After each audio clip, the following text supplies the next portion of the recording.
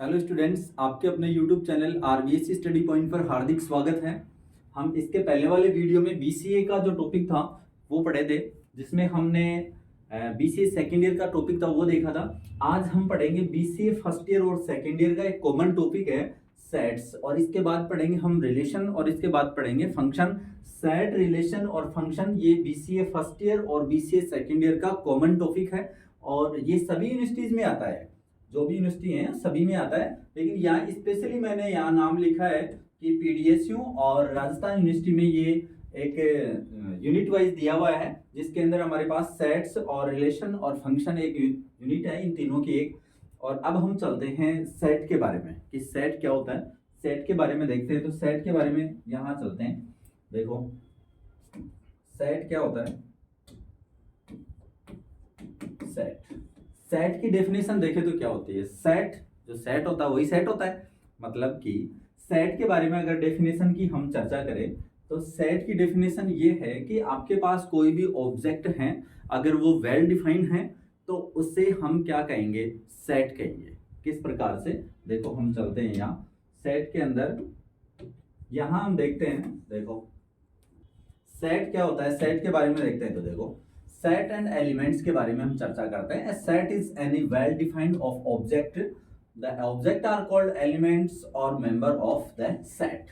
यानी इस well defined जो यहाँ वर्ड है, इसका यहाँ मीनिंग क्या है ये समझते हैं हम पहले। वेल डिफाइंड क्या होता है, जैसे मान लो कि आपको किसी भी ऑब्जेक्ट के बारे में कहा गया है, बोला गया है कि इस ऑब्जेक्ट के बारे में आप बताइए, तो आप भी वही बता रहे हैं जो कोई दूसरा टीचर या और कोई पर्सन आपको बता रहे हैं। यानी किसी ऑब्जेक्ट्स के बारे में सभी की वोटिंग एक ही हो। जैसे अपन एग्जांपल लेते हैं कि हमें कोई ये कहे कि भारत के सबसे बड़े 5 जो स्टेट हैं उनके नाम बताइए, तो वो 5 स्टेट के नाम आप भी वही बताएंगे जो मैं बताऊंगा, और अन्य किसी से आप पूछते हैं तो वो भी यही बताएगा, तो उसका आप सेट बना सकते हैं। अगर आपको ऐसे कहे कि भाई इंटेलिजेंट जो भारत के मान लो कि राइटर हैं, वो 5 इंपॉर्टेंट राइटर के नाम बताओ, इंटेलिजेंट राइटर के नाम बताओ, तो हम कैसे बताएंगे।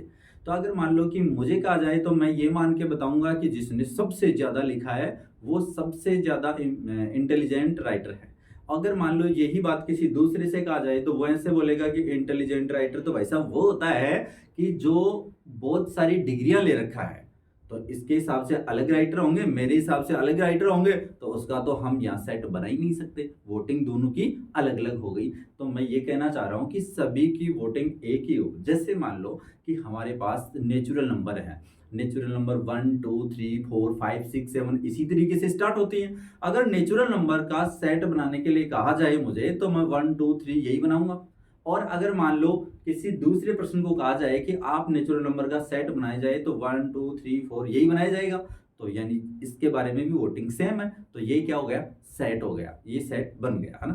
तभी तो मैंने कहा जो सेट होता है वही सेट होता है। तो अब हम यहाँ चलते हैं कि यहाँ जो सेट के अंदर जो ऑब्जेक्ट्स होती हैं उनको हम एलिमेंट बोलते हैं। उनको क्या बोलते हैं, एलिमेंट बोलते हैं। उनको अगर एलिमेंट बोलते हैं तो अब चलते हैं इसके बारे में कि थोड़ा इसका जो नोटेशन होता है वो किस प्रकार से होता है। देखो इसका जो नोटेशन है वो लेते हैं हम। देखो नोटेशन में हम ये देखते हैं कि नोटेशन की चर्चा करते हैं। हम यहाँ ये कह रहे हैं कि अगर मान लो कोई भी हम सेट को लिखते हैं, राइट करते हैं, तो उसको कैपिटल लेटर से लिखते हैं। जैसे कि मान लो A B C dash dash, इस तरीके से लिखते हैं। और जब ये लिखते हैं तो ए, ये लिख दिया मैंने ए, ये कोई सेट है ए। अगर मान लो इसमें एलिमेंट रखने हो तो इसका नोटिफिकेशन, ये नोटेशन इस तरीके से होता है। इसमें ये एलिमेंट लिखे जाते हैं, जो भी एलिमेंट लिखेंगे वो स्मॉल लेटर में, जैसे ए बी सी, ये इस तरीके से लिखे जाते हैं। तो ये तो क्या है, ये तो है एलिमेंट, और ये क्या है, सेट। ये क्या है, सेट। ठीक है, ये तो एलिमेंट है और ये क्या है, सेट है। अब मैं ये बात कर रहा हूँ, नोटेशन में एक चीज और लिखी जाती है। देखो ये ए बी सी, ये इसके एलिमेंट हैं, ये इसके अंदर हैं, बिलोंग्स कर रहे हैं इसके अंदर। तो हम ये लिखते हैं कि ए, ये बिलोंग्स टू का साइन है। किसका साइन है, बिलोंग्स टू ए। इसका मतलब क्या है, इसका मतलब ये है ए बिलोंग्स टू ए। इसका मतलब ये है कि ए बिलोंग्स टू ए, यानी ये स्मॉल ए एक एलिमेंट है किसका, कैपिटल ए का, तो यहाँ हम ये कहेंगे कि ए बिलोंग्स टू ए, ये इसमें बिलोंग्स टू का एलिमेंट है। अगर मान लो इसके अंदर मैं ये लिख दिया कि 1 है और ये इस ए में है क्या, नहीं है, तो यहाँ लिखेंगे नॉट बिलोंग्स टू, ये इसके अंदर नहीं है, इसका मतलब है नॉट बिलोंग्स टू, यहाँ लिखेंगे 1 not belongs to A, not belongs to A, इसको does not belongs to A भी बोलते हैं, शॉर्ट में नॉट बिलोंग्स टू ए भी बोल सकते हैं, यानी ए 1 है वो ए में नहीं है, इसका अर्थ ये है। अब हम चलते हैं आगे, ये तो यहाँ नोटेशन हो गया कि नोटेशन में हमारे पास में क्या होगा, और नोटेशन के बाद अगर हम चलते हैं आगे, अगर यहाँ तक का समझ में आ गया हो तो देखो हम चलते हैं आगे, तो आगे क्या आएगा हमारे पास में, जो इम्पोर्टेंट वो है स्टैंडर्ड जो हमारे पास में सेट हैं उनके बारे में हम चर्चा करते हैं। देखो स्टैंडर्ड सेट हमारे पास में क्या हो, देखो नेचुरल नंबर जो होता है ना, नेचुरल नंबर को n से लिखते हैं, किससे लिखते हैं, n से लिखते हैं, और नेचुरल नंबर में 1 2 3 4 ये आते हैं, ये नेचुरल नंबर का सेट है। w ये होल नंबर होता है, होल नंबर w, इसमें अगर 0 1 2 3 ये और इंक्लूड कर दिया जाए, ठीक है। इसके बाद है i या फिर और z से लिखते हैं, i या फिर z से लिखते हैं किसको, सेट ऑफ इंटीजर्स से। देखो सेट ऑफ इंटीजर्स को क्या लिखते हैं, यहाँ लिखते हैं z या फिर इसको i से लिखते हैं, और इसमें लिखेंगे सेट ऑफ ऑल, तो इसमें इसके अंदर माइनस से भी स्टार्ट होते हैं, जैसे माइनस में 3 माइनस में 2 माइनस में 1 0 1 2 3 डैश डैश, इस तरीके से चल रहा है, ये सेट है, ये इंटीजर्स का है, किसका है, इंटीजर्स का सेट है। अब हम चलते हैं क्यू पे, क्यू क्या होता है, क्यू होता है रेशनल नंबर, रेशनल नंबर कौन से होते हैं, जो ऐसे नंबर जिनको हम p बाई क्यू की फॉर्म में लिख सके, किस फॉर्म में लिख सके, p बाई क्यू की फॉर्म में लिख सकते।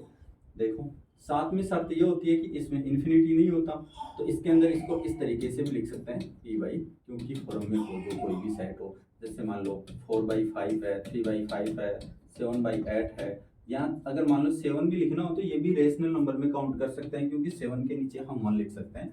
ये जो सभी सेट हैं ये किस में आता है, क्यूब में आते हैं, रेशनल नंबर के, है ना। सी की बात करते हैं, सी होता है सेट ऑफ कॉम्प्लेक्स नंबर, तो कॉम्प्लेक्स नंबर होती है ना, वो क्या होती है, कॉम्प्लेक्स नंबर जिनमें आइट आता है, जो कॉम्प्लेक्स नंबर होती है ना उसको हम किससे डिनोट करते हैं, जेड से करते हैं, कॉम्प्लेक्स नंबर की बात कर रहा हूँ मैं, इसको जेड से लिखते हैं, इसको लिखते हैं X plus iota Y, X plus iota Y की फॉर्म में हो। जैसे आपके पास 5 है, इसको लिख सकते हैं 0 प्लस 5 प्लस 0 इंटू आइटा, ये लिख सकते हैं। अगर मान लो आपके पास 0 है, इसको कैसे लिखेंगे हम, कि कॉम्प्लेक्स नंबर में लिखो तो 0 प्लस 0 आइटा लिख सकते हैं साथ, ये तो था एक्स प्लस आइटा वाई, तो यही है। इस टाइप के जो भी नंबर है, जो रियल नंबर होते हैं ना, वो एक तरह से उनको भी हम कॉम्प्लेक्स नंबर में लिख सकते हैं। तो ये जो सेट बनता है ना, इसको हम सी से डिनोट करते हैं, इसको किससे डिनोट करते हैं, सी से, और ये कॉम्प्लेक्स नंबर का सेट है। यहाँ से क्वेश्चन मेरे हिसाब से मुश्किल ही पूछा जाएगा, लेकिन आगे जो क्वेश्चन है हमारे पास, जो टॉपिक है सेट के, वहाँ से पूछे जाएंगे। ये एक बेसिक नॉलेज था जो हमारे लिए बहुत ही इम्पोर्टेंट था। अब हम चलते हैं आगे, और आगे देखते हैं कि हम यहाँ क्या लिखेंगे। देखो अब हम देखते हैं कि जो हमारे पास में ये है, ये लिखा हुआ है हमारे पास में कि देखो इस साइड से देखो आप, और इस साइड में यहाँ नोट करता हूँ कि यहाँ लिखा हुआ है हमारे पास में कि representation of a set, roster method, a set can be represented by actually listing all the elements that belong to it.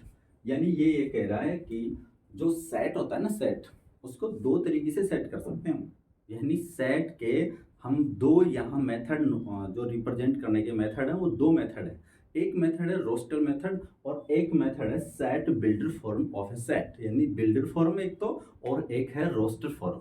Roster form क्या होती है, देखो रोस्टर फॉर्म तो ये होती है कि जैसे मान लो आपके पास ये सेट है ना, ये सेट है, इसमें लिख दिया आपने 1 2 3 4 5 6 7 8 9 और ये लिख दिया 10 तक का आपने इसमें नंबर लिख दिया, ठीक है। अब ये जो फॉर्म है ना, इसी को तो हम क्या कहेंगे, रोस्टर फॉर्म। क्या कहेंगे, रोस्टर फॉर्म कहेंगे। ये तो हो गई रोस्टर फॉर्म। जो जनरली जो फॉर्म यहाँ रिप्रेजेंट करते हैं ये है रोस्टर फॉर्म। और अब हम चलते हैं सेट बिल्डर फॉर्म, यानी इसको सेट बिल्डर फॉर्म, यानी इसी से हम इसका निर्माण करेंगे, एक तरीके से इसी को सेट करेंगे। तो हम क्या लिखेंगे, देखो सेट ए है, या तो ए लिखेंगे, यहाँ लिखेंगे ये जो भी एलिमेंट हैं इनको क्या करते हैं हम एक नियम के रूप में यानी रूल की फॉर्म में लिखते हैं, या रूल बना के लिखते हैं इसका कि ये तो लिख दिया हमने, इन सभी को हमने एक नाम दे दिया कि ये x है।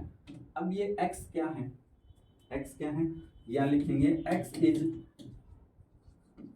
Natural number, x natural number है, लेकिन साथ में ये बात है कि नेचुरल नंबर तो 1 से इन्फिनिटी तक जाती है, 1 2 3 4 5 यही जाती है, लेकिन यहाँ हमारे पास 10 तक है, तो यहाँ हम क्या लिखेंगे कि x less than equal to 10, ये कंडीशन और लिखेंगे साथ में, और यहाँ फिर से हम ब्रैकेट लगा देंगे, तो इसी को हम ये से लिख सकते हैं, देखो x क्या है, यहाँ x इज नेचुरल नंबर और x less than equal to 10 है। इसका मतलब ये हो गया कि x है नेचुरल नंबर 1 से तो स्टार्ट होती है, इस साइड में तो लिखना जरूरी नहीं है, क्योंकि इस साइड में अगर मान लो कि 1 से आगे 3 4 5 से स्टार्ट होता तो हम इस साइड भी साइन लगा के लिखते, लेकिन ये शुरू से स्टार्टिंग से ही है, 1 से ही है नेचुरल नंबर में, तो यहाँ लिखेंगे कि x जो लास्ट में है वहां तक लिखेंगे x less than equal to 10 आ गया, तो x है वो नेचुरल नंबर है, x क्या है लेस देन इक्वल टू 10 है, और ये कौन सी फॉर्म है, ये है set builder form,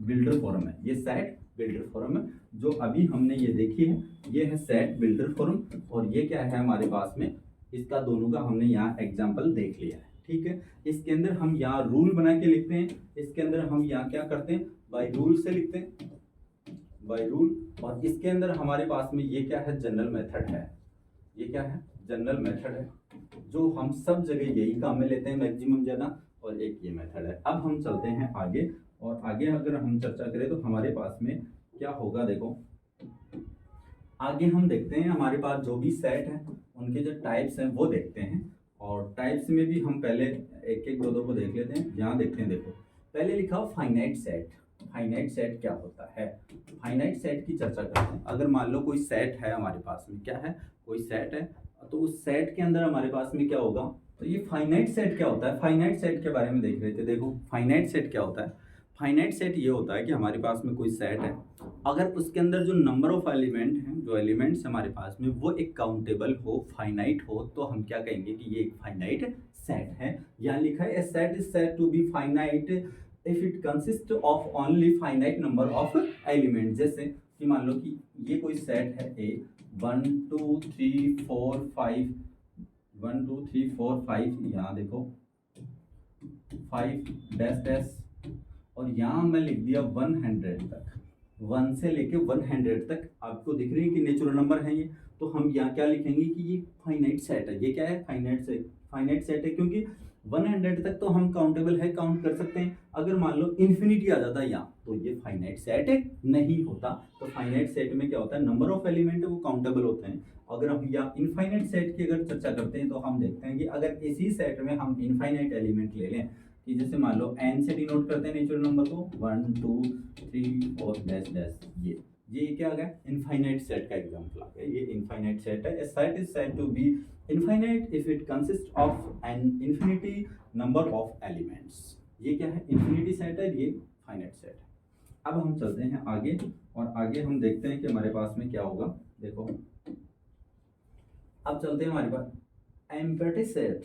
empty set क्या होता है, देखो अगर मान लो कोई सेट है, क्या है कोई सेट है और उस सेट में कोई एलिमेंट ही नहीं है तो वो एम्पटी हो जाएगा। कोई सेट है उस सेट में कोई एलिमेंट ही नहीं है तो वो क्या हो जाएगा एम्पटी सेट हो जाएगा। जैसे मान लो ए है और ये मैंने ब्रैकेट बनाया, इसमें कोई एलिमेंट नहीं है ना, कोई एलिमेंट नहीं है तो इसका मतलब ये क्या है एम्पटी सेट है। ये क्या है एम्पटी सेट है। इसी को हम नल सेट भी बोलते हैं। क्या बोलते हैं नल सेट भी बोलते हैं, वॉइड सेट भी बोलते हैं इसी को। और अब हम चलते हैं, देखो इस जो एम्पटी सेट है इसको लिखते हैं हम फाई से। इसकी जगह क्या लिखा हो फाई, क्या लिखा हो phi, A is equal to phi. इसका मतलब ए क्या है कोई नल सेट है, ए क्या है नल सेट है। अगर इसकी चर्चा करें आगे तो अगर मान लो ए ऐसे लिखा हो तो और फिर ये फाई इसके अंदर ब्रैकेट के अंदर लिखा हुआ हो ना, तो ये एम्पटी सेट नहीं है, यानी नॉट एम्पटी है, नॉट एम्पटी सेट है। क्यों, इसका रीजन क्या है, इसका रीजन ये है इसके अंदर कोई एलिमेंट ही नहीं होना चाहिए। जो फाई है ये तो एक ग्रीक लैंग्वेज का अक्षर है, ग्रीक लेटर है, ये तो यहाँ आने के बाद में फाई एलिमेंट बन गया है। इसका मतलब ये क्या है यहाँ फाई एलिमेंट है, यहाँ ये डिनोटेट कर रहा है किसको, एम्प्टी सेट को। अगर अकेला फाई है या फाई इक्वल में ही है तो आप कहेंगे कि ए क्या है, एम्प्टी सेट है। अगर ब्रैकेट में है इसका मतलब यहाँ ये क्या है, एलिमेंट है, ये एम्प्टी सेट नहीं है। अब हम चलते हैं सिंगलटन सेट। सिंगलटन सेट क्या होता है, ऐसा सेट जिसमें एक ही एलिमेंट हो, वो क्या होता है, सिंगलटन सेट होता है। A set having only one element is called a singleton set. जैसे ए इज इक्वल टू 1 आ गया, बी इज इक्वल टू 5 आ गया, ये किसके एग्जाम्पल, ये सभी सिंगलटन सेट के एग्जाम्पल हैं। अब चलते हैं हम आगे और आगे देखते हैं आगे हमारे पास में क्या है। देखो आगे हम देखते हैं इक्वल सेट क्या होता है। इक्वल सेट हमारे पास में क्या होता है, अगर मान लो हम बात करें इक्वल सेट की, तो अगर मान लो इसके बाद आता है सबसेट, इसके बाद क्या आएगा, सेट के बाद में सबसेट के ऊपर भी हम देखते हैं कि क्या क्या टॉपिक होंगे सबसेट के बारे में भी।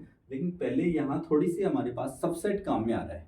अगर मान लो कि कोई सेट है, ये इसके अंदर 1 2 3 है एलिमेंट, देखो, और बी जो सेट है उसके अंदर लिखा हुआ है 3 2 1, ये लिखा हुआ है। कभी भी सेट में ऑर्डर से कोई फर्क नहीं पड़ता है, किसी भी सेट में ऑर्डर से कोई फर्क नहीं पड़ता है। अब हम ये कहें कि इसके अंदर 1 है, इसमें भी 1 है, इसमें 2 है, इसमें भी 2 है, इसमें 3 है। अगर मान लो 1 2 3 इसके एलिमेंट इस दूसरे सेट में हैं, तो ये सबसेट हो गया किसका, इसका, यानी ए सबसेट हो गया किसका, बी का। अगर ये 3 2 1 की बात करें तो ये भी एलिमेंट इसमें है, देखो 3 भी है, 2 भी है, 1 भी है, तो इसका मतलब बी सबसेट है किसका, ए का। अगर कोई दो सेट हैं, वो दोनों आपस में सबसेट हैं, यानी ए सबसेट है बी का और बी सबसेट है ए का, तो आप ये कह सकते हैं कि दोनों सेट क्या हैं, इक्वल हैं। दोनों सेट क्या हैं, इक्वल हैं।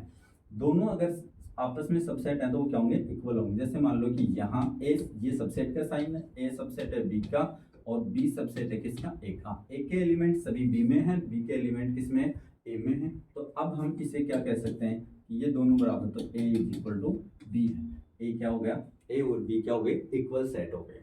अब हम चलते हैं प्रॉपर सबसेट की बात करते हैं। अगर if A union B and A is equal to B, then we say that A is proper subset of B। अगर हम इसके बाद में प्रॉपर सबसेट को हम बाद में देखते हैं, लास्ट में देखते हैं, क्योंकि ये सबसेट के बाद में देखते हैं। एक बार इक्वल सेट को देख लेते हैं। इक्वल सेट के बारे में हमने देखा कि A इज इक्वल टू क्या है, B है, वो दोनों आपस में सबसेट है, तो इसको बाद में देखते हैं एक बार। अब हम चलते हैं आगे और सबसेट्स। सबसेट क्या होता है, हमारे पास में मान लो कोई सेट है, क्या है, सेट है, वो है A, और इस सेट में लिखा हुआ 1 2 3 4 और 5। एक दूसरा सेट बी और इसके अंदर लिखा हुआ हमारे पास में 1 2 3 4 5 6 7 8 तक ये लिखा हुआ है। ये दो सेट लिखे हुए हमारे पास में। सेट एम में हमारे पास एलिमेंट है 1 2 3 4 5 6 और इसमें 1 2 3 4 5 6 7 8 ये लिखा हुआ है। अगर ए में जो एलिमेंट हैं वो सारे इसमें है क्या, 1 2 3 4 5 1 2 3 4 5 इसमें है, तो इसका मतलब ए जो है ना ये सबसेट होगा किसका, बी का। इसको इसी तरीके से लिखेंगे, इसको इसी तरीके से लिखेंगे कि ए सबसेट है किसका, बी का है। अब हम ऐसे देखते हैं, मान लो कि सी आपके पास एक और है, उसमें लिखा हुआ है 7 8 9। अब ये ए है, सॉरी सी है, 7 8 9 है इसमें, तो 7 8 9 इसमें है क्या, नहीं, 7 और 8 ही है, 9 तो है ही नहीं। इसका मतलब सी है ना वो सबसेट नहीं है किसका, बी का, तो नहीं है, डज नॉट, तो इसके लिए हम क्रॉस का चिन्ह लगाएंगे किसके ऊपर, सबसेट के ऊपर। इसका मतलब ये है कि सी नॉट सबसेट ऑफ बी, सी क्या है, बी का सबसेट नहीं है, तो ये सबसेट होता है, ये क्या होता है, सबसेट होता है। अब हम यहाँ देखते हैं, देखो अगर ये ए सबसेट है बी का, तो बी भी इसका कुछ लगता होगा, भाई उल्टा पढ़े इसको हम थोड़ा, कि यहाँ देखो हमारे पास में ये कि ए सबसेट है किसका, बी का। तो देखो इसको तो रीड करते हैं, इसको तो क्या रीड करते हैं, देखो इसको तो यहाँ रीड करते हैं कि A subset of B, A subset है किसका, बी का, और इसको क्या कर लिखेंगे, A not subset of B. इसका मतलब ये है कि A not subset of B, इसका मतलब है ए सबसेट ऑफ बी। अब इसको अपोजिट पढ़ें, जैसे मान लो आपने कहा कि ए सबसेट है बी, तो इसका मतलब ये भी है कि ए जो है ना, ए इसका सुपरसेट है, क्या है, ये क्या है, इसको इस साइड से पढ़ें तो इसको ये भी बोल सकते हैं कि बी सुपरसेट ऑफ ए का क्या है, सुपरसेट है। सुपरसेट देखो ए इसके अंदर है, और अगर मान लो यहाँ बोलेंगे तो यहाँ ये बोलेंगे कि सुपरसेट नहीं है। अगर मान लो यहाँ दूसरा कोई एलिमेंट हो तो भी आप ये बोल सकते हैं। जैसे मान लो कि हमारे पास डी कोई एक और ले लो, जिसमें हमारे पास 3 4 लिखा हुआ है, 3 4 लिखा हुआ है, तो इसका मतलब ये है कि डी सबसेट है किसका, बी का। डी सबसेट है किसका, बी का। इसको आप उल्टा ये भी कह सकते हैं कि क्या, कि B superset of D. D का भी क्या है, सुपरसेट है। ये सुपरसेट होता है, ये सबसेट होता है। इस साइड वाला सबसेट तो उस साइड वाला क्या होगा, सुपरसेट होगा। अब अपन चलते हैं नेक्स्ट क्वेश्चन पे। जो नेक्स्ट हमारे पास पॉइंट है उसके ऊपर चलते हैं। नेक्स्ट पॉइंट है हमारे पास में, देखो यूनिवर्सल सेट क्या होता है। यूनिवर्सल सेट के बारे में देखते हैं। यूनिवर्सल सेट क्या होता है। यूनिवर्सल सेट देखो, अगर हमारे पास मान लो कि कोई सबसेट है, जैसे मान लो कोई सेट है, बहुत सारे 3 4 सेट है, ए बी और सी, मान लो कि 3 सेट है हमारे पास में, और वो 3 सेट है, उन तीनों सेट के जो भी एलिमेंट है वो एक किसी अन्य सेट के अंदर हैं। किसी एक सेट है उसमें 3 या 4 जो भी हमारे पास सेट हैं, उसके सारे एलिमेंट उस अन्य सेट में हैं, तो अदर सेट में है, तो आप उसको क्या कहेंगे कि ये जो इसको जो अन्य जो अदर सेट था, ये इन ए बी सी के लिए क्या होगा, यूनिवर्सल सेट होगा। क्या होगा, यूनिवर्सल सेट होगा। इट मीन्स देखो फॉर एग्जांपल समझते हैं। जैसे मान लो कि ए आपके पास है, इसमें लिखा हो 1 2 3, क्या लिखा हो 1 2 3, और जो बी है हमारे पास में, बी है वो क्या होगा, देखो बी के अंदर है हमारे पास 4 5, और जो सी है हमारे पास में ये क्या है, वो है 6 7, ये लिखा हुआ है। और एक सेट और है हमारे पास में यू नाम से करके, उसके अंदर 1 2 3 4 5 6 7 8 ये है।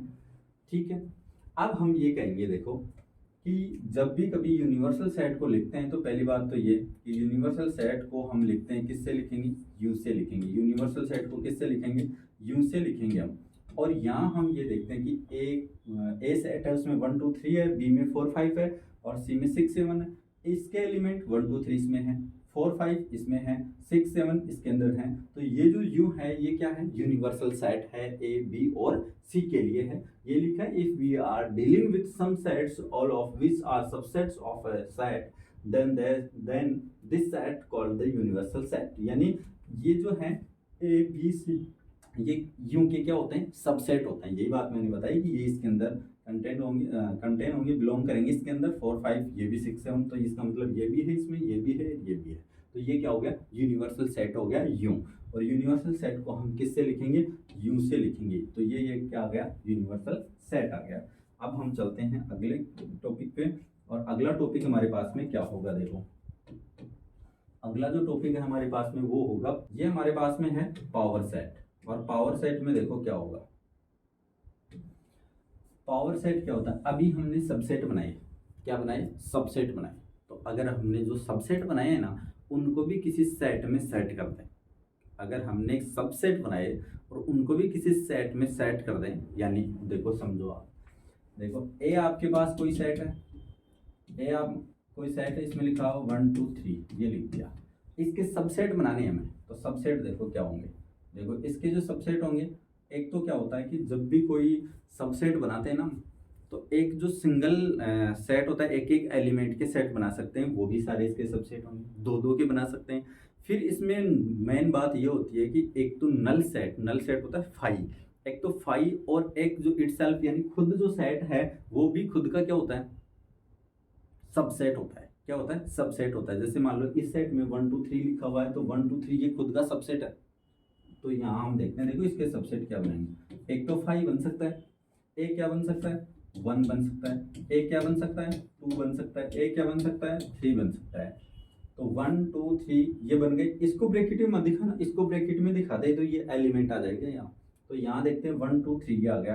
अब हम चलते हैं 1 2, और इसके बाद चलते हैं 1 3, इसके बाद चलते हैं 2 3, इसके बाद चलते हैं हम, देखो 1 2 3 4 5 6 7, एक आएगा हमारे पास में 1 2 3, ये आ गया हमारे पास। ये इसके क्या है, सबसेट है, सबसेट ऑफ बी। इसको लिख देते हैं subset of A, subset of A. ये सबसेट हैं किसके, एक के सबसेट है। अगर इन्हीं सबसेट को हम फिर से किसी सेट में लिख दें, मान लो किसी सेट का ब्रैकेट लगा दें इसके ऐसे, तो ये क्या बन जाएंगे, पावर सेट बन जाएगा। देखो, और पावर सेट को लिखते हैं पी ए से, power set of A. Let A be a set, then the collection of all subset of A including the null set is called the power set of A and is denoted by P A. अब देखो, इन्हीं से हम power set बनाते हैं, तो power set में हम क्या लिखेंगे, पावर सेट में हम लिखते हैं, यहाँ हमारे पास यहाँ लिख देते हैं पावर सेट। पावर सेट को पी ए से लिखेंगे, जो सेट है उसके पहले पी लगा देंगे ब्रैकेट में, और जो भी सबसेट बनाए हैं उनको फिर से आप किसी सेट में लिख देंगे, इनको भी किसी सेट में लिखेंगे, तो 5 फिर 1 फिर आएगा हमारे पास में 2 और इसके बाद में है 3 और इसके बाद में हमारे पास में 1 2 और इसके बाद में हमारे पास में 1 3 और इसके बाद में है हमारे पास में 2 3 और इसके बाद में हमारे पास में 1 2 3 और यहाँ फिर से ब्रैकेट आ गया। अब देखो, यहाँ आप ये ना करें कि भाई ये 1 2 लिखा हुआ है तो 2 1 भी लिखें। मैंने पहले भी बताया था कि यहाँ हमारे पास में ऑर्डर से कोई इफेक्ट नहीं होगा सेट में कोई 2 1 लिखो या 1 2 लिखो, एलिमेंट तो दोनों है इसके अंदर, तो एक ही लिखा जाएगा 1 2 ही। जैसे 1 3 है तो इसको 3 1 नहीं लिखना है, 1 3 लिखना है, एक ही लिखना है, एक ही बार लिखना है, नहीं 2 3, तो 2 3 या 3 2 एक ही बात है। तो इसके अंदर देखो 1 2 3 4 5 6 7 8। अब इसके अंदर हम ये देखते हैं कि ये सबसेट बनते कितने हैं, ये सबसेट बनते कितने हैं। जैसे मान लो कि हम आगे भी देखेंगे कि किसी सेट में मान लो कि नंबर है हमारे पास में 1 2 3 यानी 3 एलिमेंट है। कितने एलिमेंट है, 3 एलिमेंट है। तो नंबर ऑफ ए से डिनोट करते हैं कार्डिनल नंबर को, और इसको लिखते हैं हम जैसे मान लो इसमें, तो इसमें 3 लिख दिया नंबर ऑफ कार्डिनल, यानी यहाँ हम लिखेंगे कि किसी सेट के जो भी हमारे पास एलिमेंट है उसको लिख दिया नंबर ऑफ ए से लिख दिया। जब भी आपको सबसेट निकालने हो, क्या निकालने हो, सबसेट, तो यहाँ लिख देते हैं हम, यहाँ लिखते हैं नंबर ऑफ सबसेट। देखो, number of subsets is equal to, number of subset क्या होगा, देखो 2 की पावर n से लिखा जाता है। क्या लिखा जाता है, 2 की पावर n, और n क्या है, नंबर ऑफ a, जो सेट है हमारे पास में उसके एलिमेंटों की संख्या है हमारे पास में। तो यहाँ देखो 2 की पावर 3 होगा, 2 की पावर 3 यानी 8 आ गया, 2 की पावर 3 यानी हमारे पास क्या आ गया, 8 आ गया। अब हम देखते हैं, देखो हमने कितने सबसेट बनाए थे, 1 2 3 4 5 6 7 8 ही तो सबसेट बने थे, इसके अलावा कोई और बन सकते हैं तो आप बताइए। तो इसका मतलब आप ये कह सकते हैं कि नंबर ऑफ सबसेट कितने होंगे, तो ये आपके एक नंबर में पूछा जा सकता है। ऐसा क्वेश्चन पहले पूछा भी हुआ है आपको, तो आप ये बताएंगे कि नंबर ऑफ सबसेट कैसे निकालते हैं। जैसे मान लो किसी सेट के बारे में ये कहते हैं कि किसी सेट में 10 एलिमेंट है, 10 एलिमेंट है, तो आप इसके सबसेट बताइए कितने होंगे, तो आप 2 की पावर 10 कैलकुलेट करके बता देंगे। तो यहाँ हमारे पास 2 की पावर 3 कितना है, 8 आया है, तो हम ये कह सकते हैं कि यहाँ जो सबसेट होगा नंबर ऑफ सबसेट 2 की पावर 3 यानी 8 होगा। अब हम यही बात करते हैं कि हमने यहाँ पावर सेट की बात की है, तो यहाँ हम देखते हैं कि पावर सेट में एलिमेंट कितने होंगे। पावर सेट में एलिमेंट किसके इक्वल होंगे, नंबर ऑफ सबसेट के इक्वल होंगे। यानी हम ये कहें कि number of element of subset यानी नंबर ऑफ यहाँ हम लिख देते हैं एलिमेंट ऑफ पी ए यानी पावर सेट ऑफ ए। ये क्या होगा, ये भी 2 की पावर n ही होगा। इसमें तो एलिमेंटों की संख्या यानी एलिमेंट्स होंगे, उनके नंबर ऑफ एलिमेंट्स, और इसके अंदर हम बात करते हैं तो क्या आता है, नंबर ऑफ सबसेट्स आता है। तो नंबर ऑफ सबसेट्स इक्वल होते हैं किसके, number of element of P A यानी पावर सेट ऑफ ए के इक्वल होते हैं। तो अब हम चलते हैं आगे, ये बात आपको बहुत ही अच्छे से समझ में आई होगी, और आगे चलते हैं। तो आगे देखते हैं हमारे पास में क्या होगा। आगे हम देखते हैं हमारे पास यही बात जो मैंने बताई है कि कार्डिनल नंबर की। अगर कार्डिनल नंबर की बात करते हैं तो हमारे पास में यही था कि अगर मान लो कोई सेट है तो ये इसके अंदर जो भी एलिमेंट होते हैं, जैसे मान लो कि इसको डिनोट करते हैं एन ए से डिनोट कर दिया, इससे एन ए से कोई सेट ए है तो इसको नंबर ऑफ ए यानी कार्डिनल नंबर से शो कर दिया। जैसे मान लो किसी सेट में यही लिखा 1 2 3 और ये लिख दिया मैंने 50 तक लिख दिया, तो अगर नंबर ऑफ ए लिखना होगा तो हम क्या लिखेंगे, इसके अंदर कितना होगा, 50 होगा। ठीक है, अब हम नीचे देखते हैं इक्विवेलेंट सेट क्या होते हैं। अगर 2 finite sets A and B are equivalent if their cardinal number are same. अगर मान लो देखो एक तो इक्वल सेट होता है, एक तो क्या होता है इक्वल सेट होता है। इक्वल सेट में तो क्या होता है कि दोनों सेट के एलिमेंट इक्वल ही होने चाहिए। इक्विवेलेंट सेट में क्या होता है कि नंबर ऑफ जो कार्डिनल नंबर है वो दोनों के इक्वल होने चाहिए। अगर एक सेट में मान लो कि 50 एलिमेंट है तो दूसरे में भी 50 होने चाहिए। अगर वो डिफरेंट हैं तो कोई दिक्कत नहीं है, तब भी वो इक्विवेलेंट तो हैं। लेकिन नंबर ऑफ कार्डिनल इक्वल हैं तो आप ये कह सकते हैं कि इक्विवेलेंट है। अगर मान लो वो दोनों के एलिमेंट भी इक्वल हैं तो आप ये कह देंगे कि ये दोनों सेट क्या हैं, इक्वल हैं। ये दोनों सेट क्या हैं, इक्वल हैं। तो यहाँ हम ये देखते हैं कि जैसे मान लो कि कोई सेट है तो number of A is equal to मान लो 10 है, तो number of B is equal to क्या है, 10 है। तो आप इन्हें क्या कहेंगे, दोनों सेट क्या है, इक्विवेलेंट हैं। A number of A is equal to number of B है, तो आप ये कहेंगे कि दोनों सेट क्या है हमारे पास में, इक्विवेलेंट सेट हैं। अब हम चलते हैं आगे, और आगे हम देखते हैं कि हमारे पास में क्या होगा। देखो इसके बाद में है हमारे पास में वेन डायग्राम को समझते हैं। वेन डायग्राम को समझते हैं तो वेन डायग्राम में क्या आएगा। देखो वेन डायग्राम में हम जनरली यही देखते हैं, जैसे मान लो कि हम ये देखते हैं कि ये हमारे पास में इंडिया है, क्या है, इंडिया है। अगर इस इंडिया में बात करें तो कहीं ना कहीं राजस्थान भी है, तो इसके अंदर हम बात करते हैं तो ये लो, ये हमने राजस्थान बना दिया, ये हमने क्या बना दिया, राजस्थान बना दिया, सॉरी ये हमने क्या बनाया, राजस्थान बनाया दिया। और ये बाहर क्या है, इंडिया है, ये क्या है, इंडिया है, ये क्या है, राजस्थान है। तो यहाँ हम देखते हैं कि ये जो वेन डायग्राम है ना, इसको ये जो डायग्राम है इसको बोलते हैं वेन डायग्राम। सिमिलरली हम सेट में भी ऐसे ही बनाएंगे। जैसे मान लो कि ये कोई सेट है ए, और इस सेट के अंदर 1 2 3 4 5 ये लिखा हुआ है, और दूसरा कोई सेट है उसके अंदर लिखा हुआ हमारे पास में 3 4 और 5 ये लिखा हुआ है। तो हम क्या बनाएंगे, देखो ये तो सेट ए है, क्योंकि इसके अंदर तो हमारे पास 1 से लेके 5 तक ये तो बड़ा सेट है, तो बड़े सेट को बाहर रखेंगे। फिर बी है तो 3 4 5 है, तो 3 4 5 यहाँ रख देंगे। ये लो, ये इसके अंदर 3 4 5 है, तो ये तो हमारे पास क्या आ गया, सेट बी आ गया। ये सेट क्या है, बी। अब हम चलते हैं तो यहाँ 1 है, यहाँ 2 है, यहाँ लिख देंगे 3, यहाँ 4, यहाँ 5। ये 1 2 3 4 5 देखो ए में भी आ गए, बी में भी आ गई, बी अलग से इसके अंदर डिफाइन हो गया है। तो ये ए है और ये बी है, ये वेन डायग्राम होते हैं। ये हमारे पास में जो सेट है उसके ऑपरेशंस में काम आएगा, और ये कई बार क्वेश्चंस में भी काम आएगा वेन डायग्राम। वेन डायग्राम से क्वेश्चन भी अपना क्या करेंगे, सॉल्व करेंगे। तो अब हम चलते हैं आगे। देखो आगे क्या है हमारे पास में, आगे है हमारे पास में बात करते हैं तो हमारे पास में क्या होगा। देखो पहले तो है union of two sets. Union of two sets की अगर हम चर्चा करते हैं तो let A and B two sets, the union A and B is the set of all those elements which belong either to A or to B or both A and B. देखो इसके अंदर हम देखते हैं union की बात करते हैं। तो यूनियन में क्या होता है, देखो यूनियन में ये होता है कि हमारे पास में कोई सेट है, देखो इसकी चर्चा करते हैं हम यहाँ।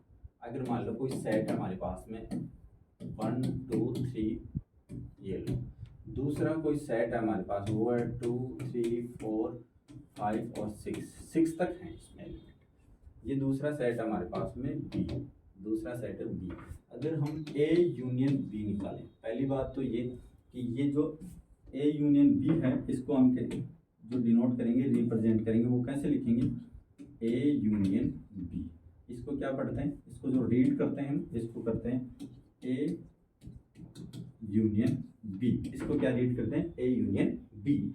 और यहाँ ए यूनियन बी अगर हम फाइंड करें, अगर ए यूनियन बी अगर हम फाइंड करें तो हमारे पास में क्या आएगा, ए यूनियन बी के अंदर लिखेंगे ए के भी सारे एलिमेंट आ जाने चाहिए और बी के भी सारे एलिमेंट आ जाने चाहिए। शर्त ये है साथ में, कंडीशन ये है साथ में कि दोनों के जो भी एलिमेंट हैं, जो कॉमन एलिमेंट है वो रिपीट नहीं होने चाहिए। क्या नहीं होना चाहिए, रिपीट नहीं होने चाहिए। जैसे मान लो 1 लिखा आपने, 2 3 लिख दिया, इसमें से क्या लिखा, 2 3 लिखा। अब 2 3 इसमें भी है तो इसमें रिपीट नहीं करना है, इसमें आगे ही हम नोट कर देंगे 5 4 5 6 ये नोट कर देंगे। तो 1 2 3 4 5 6 इसके अंदर ए यूनियन बी के अंदर एलिमेंट आ गए। अगर मान लो हम ये कहें कि ए यूनियन बी है और यहाँ हमारे पास सेट में है x, और x जो है वो बिलोंग्स कर रहा है किसमें, ए यूनियन बी में।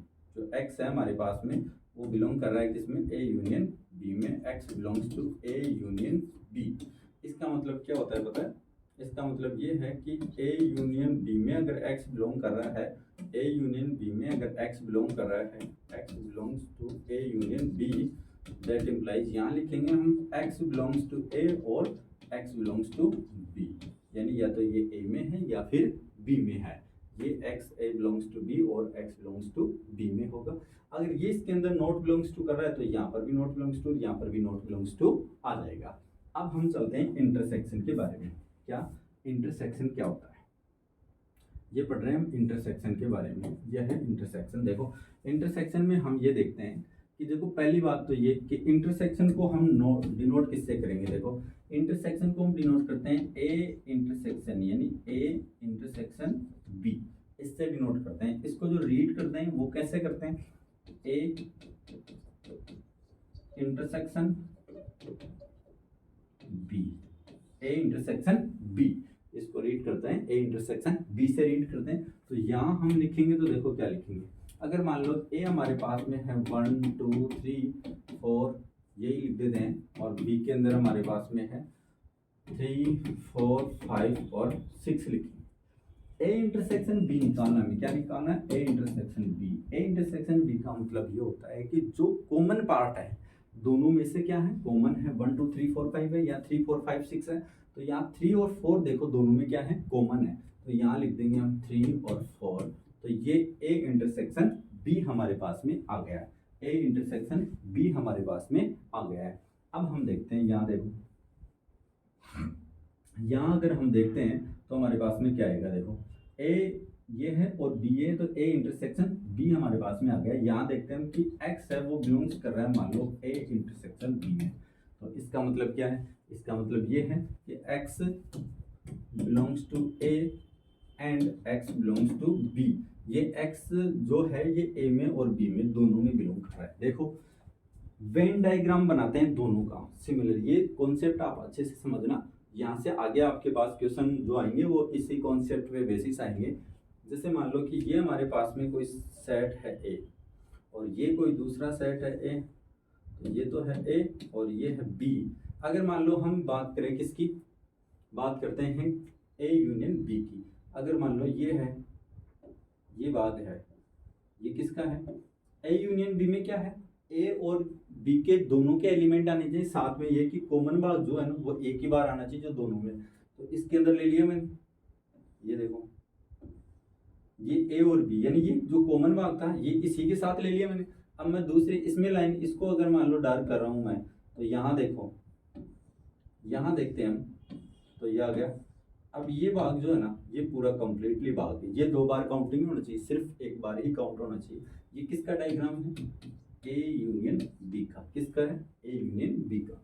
अगर यहाँ हम चलते हैं ए इंटरसेक्शन बी के बारे में, तो ये हमारे पास में ए और ये हमारे पास में है क्या, बी है।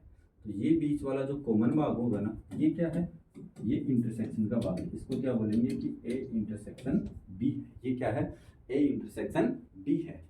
तो मैं ये आई होप ये आपको बहुत ही अच्छे से समझ में आया होगा।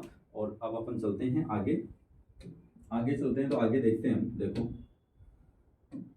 अगर आगे देखें हम, आगे हमारे पास में डिसजॉइंट सेट। डिसजॉइंट सेट क्या होता है, देखो अगर मान लो हमारे पास में वेन डायग्राम से समझते हैं इसको, तो वेन डायग्राम से समझे तो हमारे पास में क्या है, देखो एक कोई सेट है हमारे पास में ये, और एक कोई सेट है ये, और यहाँ मैं इनको रख देता हूँ, इसको नाम दे दिया ए और ये है बी। अगर ये 2 सेट हैं ए और बी, दोनों आपस में कनेक्ट ही नहीं है, डिसजॉइंट है। डिसजॉइंट का मतलब क्या होता है कि दोनों में कोई कॉमन ही नहीं है, दोनों में क्या क्या नहीं है, कॉमन भाग नहीं है। When two sets have no common elements they are called disjoint sets, यानी ए और बी में कोई कॉमन एलिमेंट नहीं है तो A intersection B is equal to हम क्या लिख सकते हैं, फाई, यानी दोनों में कॉमन कुछ नहीं है, कुछ नहीं है तो नल सेट आएगा, कोई कॉमन सेट आएगा ही नहीं, तो इसका मतलब फाई आ जाएगा हमारे पास में। तो शर्त ये है कि डिसजॉइंट सेट में हमारे पास में क्या होना चाहिए, A intersection B is equal to क्या होना चाहिए, फाई होना चाहिए। तो ये दोनों सेट आपस में क्या कहलाएंगे, डिसजॉइंट सेट कहलाएंगे। और अब हम चलते हैं आगे, और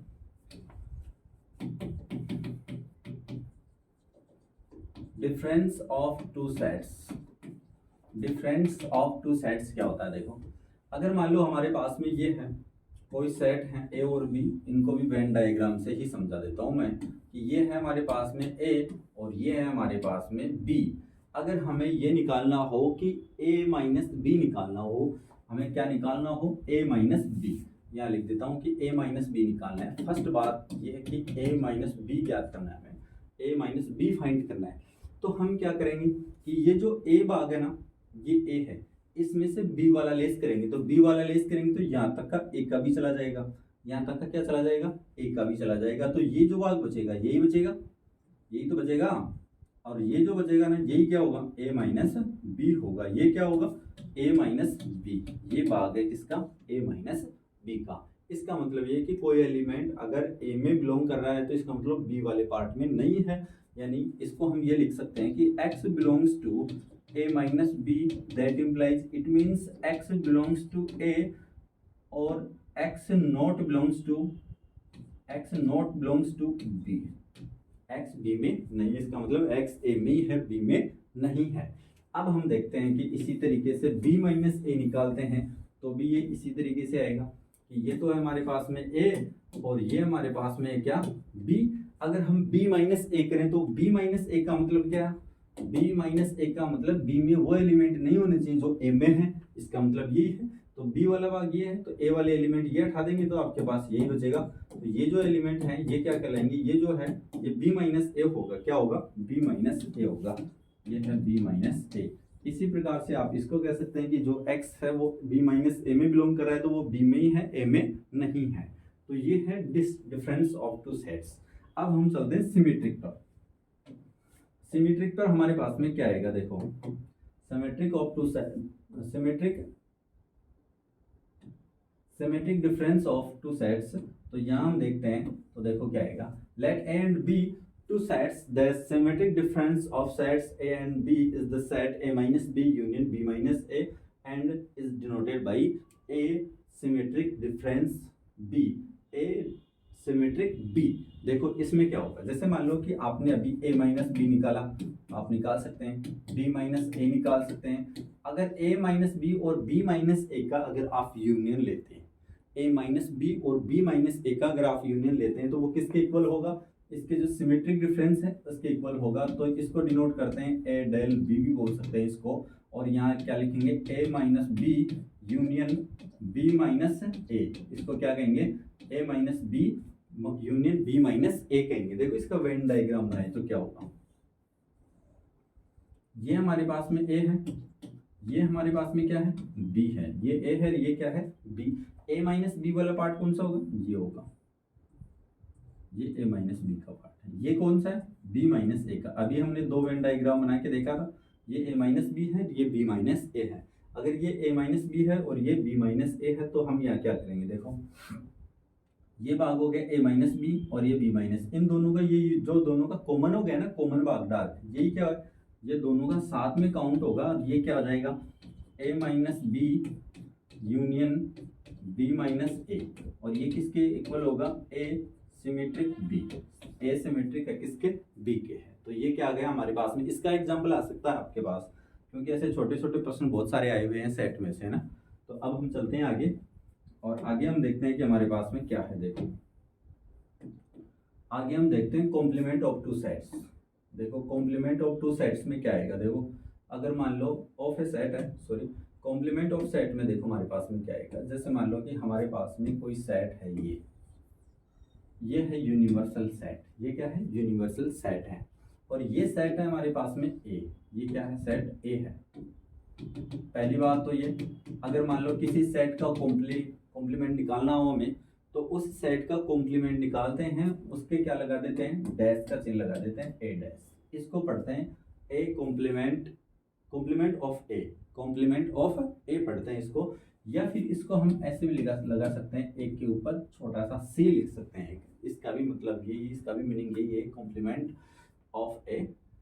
तो यहाँ क्या बोलेंगे, कॉम्प्लीमेंट ऑफ ए। देखो अगर ये यूं है, इस यू में से अगर आप किसको उठा दें, इस ए को उठा दें, यानी इस ए को उठा दें, तो हमारे पास में ये जो बचेगा ना, ये जो भाग बचेगा बार वाला, ये क्या बचेगा, ये जो बार वाला भाग बचेगा, ये क्या बचेगा, इस ए का कॉम्प्लीमेंट बचेगा। इस ए का क्या बचेगा, कॉम्प्लीमेंट बचेगा। जैसे अगर ए का कॉम्प्लीमेंट लिखना हो तो हम क्या लिखेंगे, यू में से क्या हटा देंगे, ए हटा देंगे, तो हमारे पास क्या बच जाएगा, ये जो बाहर का भाग बचेगा ये कॉम्प्लीमेंट ऑफ ए बच जाएगा। यानी किसी भी सेट का आपको कॉम्प्लीमेंट निकालना हो, डैश निकालना हो, ए सी भी बोल सकते हैं इसको, तो हम क्या करेंगे, यू में से उस सेट को घटा देंगे, यूनिवर्सल सेट में से उस सेट को घटा देंगे, तो हमारे पास क्या बच जाएगा, उस सेट का कॉम्प्लीमेंट बच जाएगा। तो अब हम देखते हैं, अगर कोई आपने कॉम्प्लीमेंट लिया है, फिर से आप उसका कॉम्प्लीमेंट लेंगे तो क्या करेंगे। देखो ये आपने निकाला कि ए सी आ गया, ठीक है, या ए डैश आ गया हमारे पास में।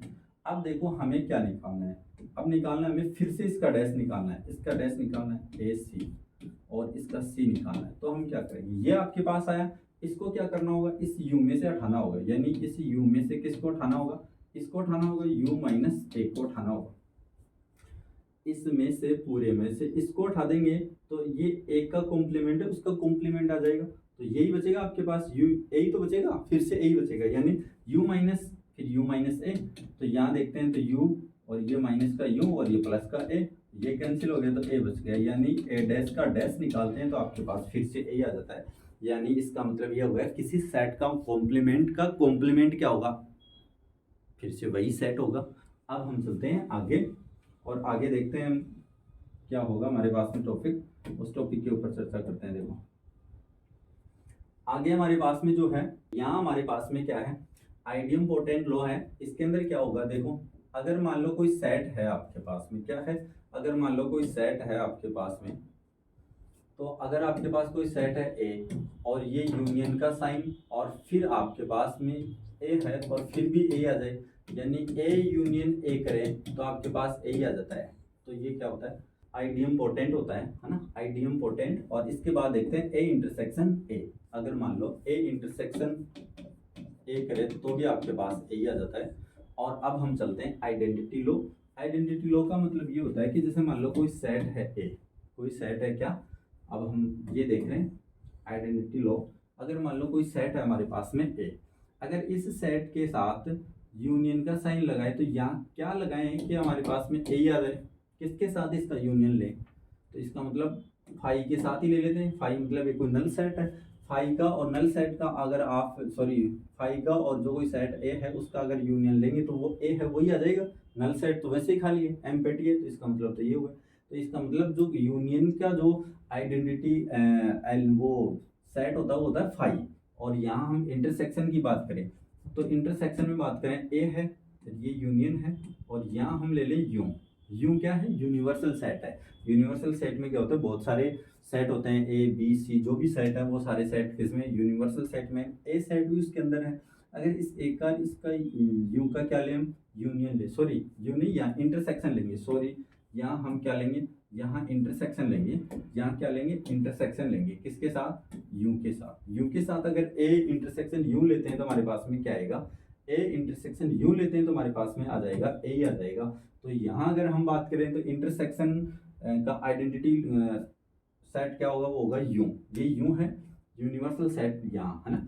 अब हम चलते हैं आगे, और आगे हमारे पास है कॉम्यूटेटिव लॉ। कॉम्यूटेटिव लॉ का मतलब ये होता है कि अगर आप चाहे ए यूनियन बी लो या फिर बी यूनियन ए लो, दोनों इक्वल ही होंगे, यानी ए यूनियन बी करेंगे तो भी वही एलिमेंट आएंगे जो बी यूनियन ए से आएंगे, या फिर इंटरसेक्शन की बात करें तो A intersection B is equal to B intersection A, दोनों के बराबर ही आएंगे।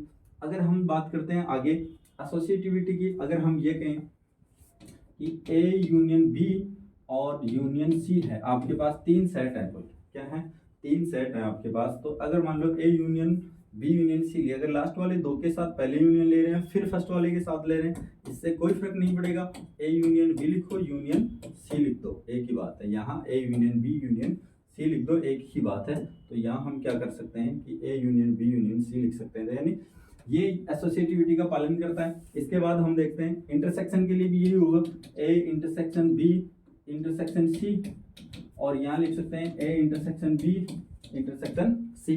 तो ये इंटरसेक्शन के लिए भी क्या होगा, यहाँ एसोसिएटिविटी लॉ पालना होगी।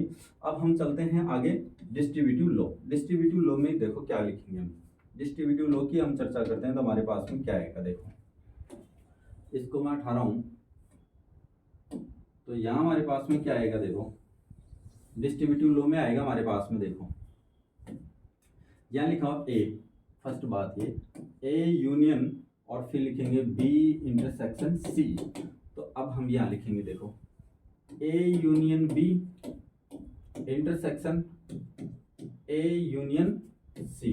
देखो यही लिखा हुआ है A union B intersection A union C. देखो डिस्ट्रीब्यूटिव लॉ में इसका मतलब ये है कि इस ए को इस यूनियन चिन्ह के साथ इसके ऊपर अप्लाई करना है, किसके साथ, बी इंटरसेक्शन सी के साथ। इसके साथ अप्लाई करेंगे तो ए यूनियन बी हो गया, फिर बीच में यही चिन्ह आएगा तो इंटरसेक्शन, फिर ये लगाएंगे ए यूनियन सी आ जाएगा। सेकंड वाले की बात करते हैं, ए इंटरसेक्शन बी। देखो ए इंटरसेक्शन बी के साथ लगाते हैं, यहाँ लगाते हैं बी यूनियन सी।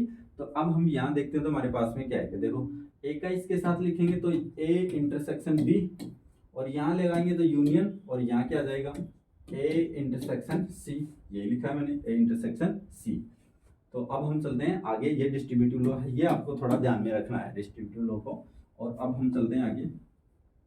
आगे हमारे पास में डी मॉर्गन लॉ, ये बहुत ही इंपॉर्टेंट लॉ है ना, बहुत ही इंपॉर्टेंट है, ये बहुत बार क्वेश्चंस में आएगा। इसको आप ध्यान में रखेंगे कि डी मॉर्गन लॉ क्या होता है। अगर मान लो कि ए यूनियन बी है और फिर इसका डैश लेते हैं, यानी ए यूनियन बी का कॉम्प्लीमेंट निकालते हैं, तो क्या आएगा, देखो इसको ए डैश इंटरसेक्शन बी डैश लिख सकते हैं। यानी ए के अलग से, ए का अलग से कॉम्प्लीमेंट लें और बी का अलग से कॉम्प्लीमेंट लें, फिर उनका इंटरसेक्शन लें, तो ये ए यूनियन बी के कॉम्प्लीमेंट के इक्वल होता है। फर्स्ट प्रॉपर्टी इसकी ये है। सेकंड वाली क्या है, सेकंड वाली ये है कि ए इंटरसेक्शन बी और फिर इसका डैश ले तो ये आ जाएगा A dash union B dash क्या आ जाएगा, यानी ए इंटरसेक्शन बी के dash is equal to A dash union B dash आ जाएगा। ये दोनों शर्तें हमें बहुत ही अच्छे से याद रखनी है, ये हमारे पास आगे क्वेश्चंस में आएंगी। अब हम चलते हैं आगे, और आगे हमारे पास में क्या है, देखो आगे हमारे पास में है the number of element of the set A is denoted by number of A, similarly that of set of Y with n। देखो ये तो मैंने पहले ही बता दिया था कि ये पहले आ ही गया हमारे पास में, इंटरसेक्शन का आ ही गया। चलो इसको ये है हमारे पास में दो पॉइंट हैं, ये बहुत ही ज़्यादा इंपॉर्टेंट है, यहाँ लिख देता हूँ वेरी वेरी इंपॉर्टेंट।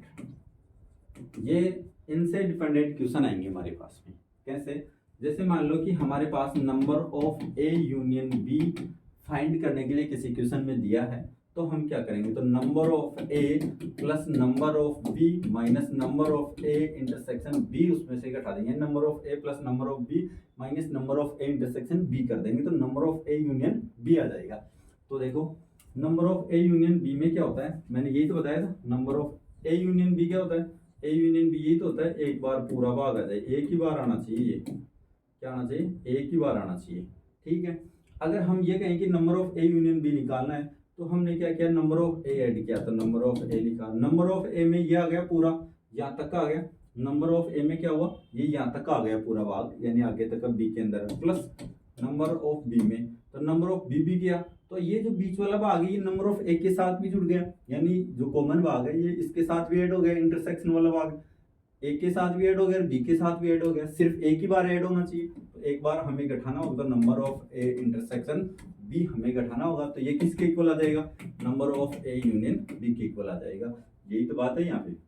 सिमिलरली ऐसे ही इसके अंदर देखते हैं, ये फर्स्ट वाला हो गया। सेकंड वाला क्या है, देखो अगर हमें निकालना हो number of A union B union C, number of A union B union C निकालते तो हमारे पास में क्या है, देखो number of A plus number of B plus number of C, number of A के साथ भी एक बार ए बी सी का कॉमन पार्ट ऐड हो गया, बी के साथ भी सी के साथ भी ऐड हो गया, तो इसको अगर हम लेस करते हैं तो हमारे पास में क्या आएगा, number of A intersection B घटा देते हैं minus number of B intersection C घटा देते हैं, और देखो number of A intersection B घटाया तो एक बार इसके साथ घट गया, एक बार इसके साथ घट गया, तो कम से कम एक बार तो और बचना ही चाहिए ना यूनियन वाला तीनों का पार्ट, तो हम क्या कहेंगे, number of A intersection B intersection C, ये बात ऐड होना चाहिए। तो ये जो फॉर्मूला है ये आपको बहुत ही अच्छे से याद रखना है, ये फॉर्मूला और ये फॉर्मूला हमें याद ही रखना है, तो ये आपको याद ही रखने।